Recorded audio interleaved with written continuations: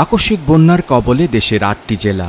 দুর্যোগ ব্যবস্থাপনা ও ত্রাণ মন্ত্রণালয় তথ্য বলছে, এরই মধ্যে বন্যা দুর্গত ফেনী, কুমিল্লা, নোয়াখালী, ব্রাহ্মণবাড়িয়া, চট্টগ্রাম, খাগড়াছড়ি, মৌলভীবাজার ও হবিগঞ্জ। আকস্মিক বন্যায় বিপর্যস্ত এই জেলাগুলো প্রায় লাখ লাখ মানুষ। বন্যা পূর্বাভাস ও সতর্কীকরণ কেন্দ্রের কাছেও স্বস্তির কোনো খবর নেই। পূর্বাভাস বলছে, গেল ২৪ ঘন্টায় ভারী ও অতি ভারী বৃষ্টির কারণে দেশের ৫টি জেলা ও ৭ নদীর পানি এরই মধ্যে বিপদসীমার ওপর দিয়ে বইছে। ঘন্টায় ঘন্টায় বাড়ছে নদীর পানি। ফলে মৌলভীবাজার, হবিগঞ্জ, ফেনী, কুমিল্লা ও চট্টগ্রাম জেলার নিম্নাঞ্চলে বন্যা পরিস্থিতি অবনতি হচ্ছে। যেহেতু অল্প সময় অধিক বৃষ্টিপাত ঘটে, এই সময় আমাদের প্রবাহ অন্যান্য সময়ের তুলনায় অনেক বেশি থাকে। নদ নদীর প্রবাহ সেটা বন্যা না হলেও স্বাভাবিক প্রবাহটাই অনেক বেশি থাকে।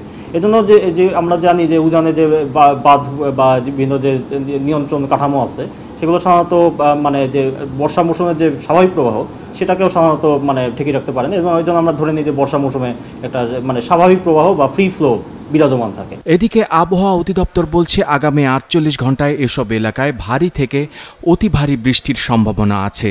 ফলে আগামী কয়েকদিন বন্যা পরিস্থিতি আরও অবনতির শঙ্কা আছে। তবে ২৬ আগস্টের পর কমে আসবে বৃষ্টির মাত্রা। গত ১৬ই আগস্ট থেকে বৃষ্টিপাত হয়েছে, অতি ভারী বৃষ্টিপাত হয়েছে, এবং শুধু আমাদের অভ্যন্তরীণভাবে যে আমাদের দেশে বৃষ্টিপাত হয়েছে তা না, আমাদের দেশের বাইরেও বৃষ্টিপাত হয়েছে। বিশেষ করে আমাদের উজানে ত্রিপুরা, মেঘালয়, আসাম এইসব অঞ্চলে ব্যাপক বৃষ্টিপাত হয়েছে। সুতরাং যেহেতু আমরা লোলাইং কান্ট্রি, এইসব বৃষ্টির পানি ঢল আকারে বাংলাদেশের অভ্যন্তরে প্রবেশ করেছে। সেই সাথে চট্টগ্রাম ও পার্বত্য চট্টগ্রাম এলাকায় পাহাড় ধসের সংখ্যা জানিয়েছে আবহাওয়া অধিদপ্তর। ডলার মেহেদি, ৭১, ঢাকা।